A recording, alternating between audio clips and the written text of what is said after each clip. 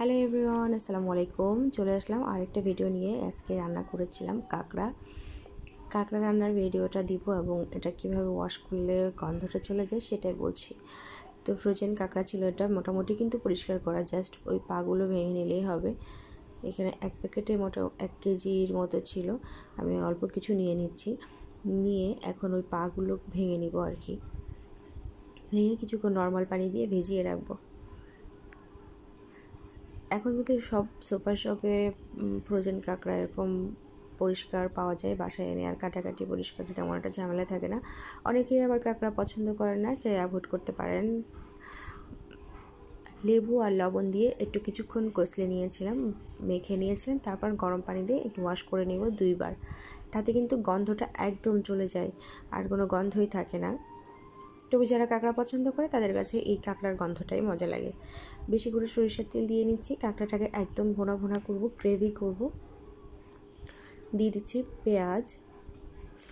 তার আগে যারা আমার চ্যানেলটি সাবস্ক্রাইব করেনি, প্লিজ আমার চ্যানেলটি সাবস্ক্রাইব করে আমার নতুন নতুন ভিডিওর সাথে থাকবেন। পেঁয়াজটাকে লাল লাল করে ভেজে একটু এলাচি, দারুচিনি, তেজপাতা দিয়েছিলাম। এখন আদা, রসুন, জিরা, লবণ দিয়ে আর একটু মশলাটাকে কষিয়ে নেব ভালো করে। আসলে গ্যাসের চুলায় বা খড়ির চুলা রান্নার স্বাদ অন্যরকম, আবার যখন আমি ইন্ডাকশানে রান্না করি তখন স্বাদটা অন্যরকম থাকে। তবে ইন্ডাকশানে রান্নার স্বাদ অন্যটার চেয়ে একটু কম থাকে।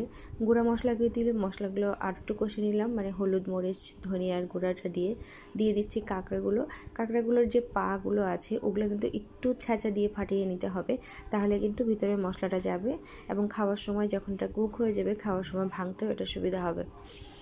4-5 মিনিট এভাবে কিন্তু ভালো মতো কষে নিতে হবে।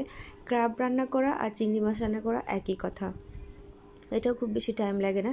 গরম পানি খুবই অল্প দিয়ে দিচ্ছি এটাকে আর একটু সিদ্ধ করার জন্য, দিয়ে 10 মিনিটের জন্য ঢেকে দিয়ে আবার পানি শুকিয়ে গেলে যখন এরকম কষানো হবে একটু নাড়াচাড়া করে কিন্তু নামিয়ে নিতে হবে একটু ভাজা মশলা দিয়ে। হয়ে গেছে আমার ক্র্যাব রান্না করা।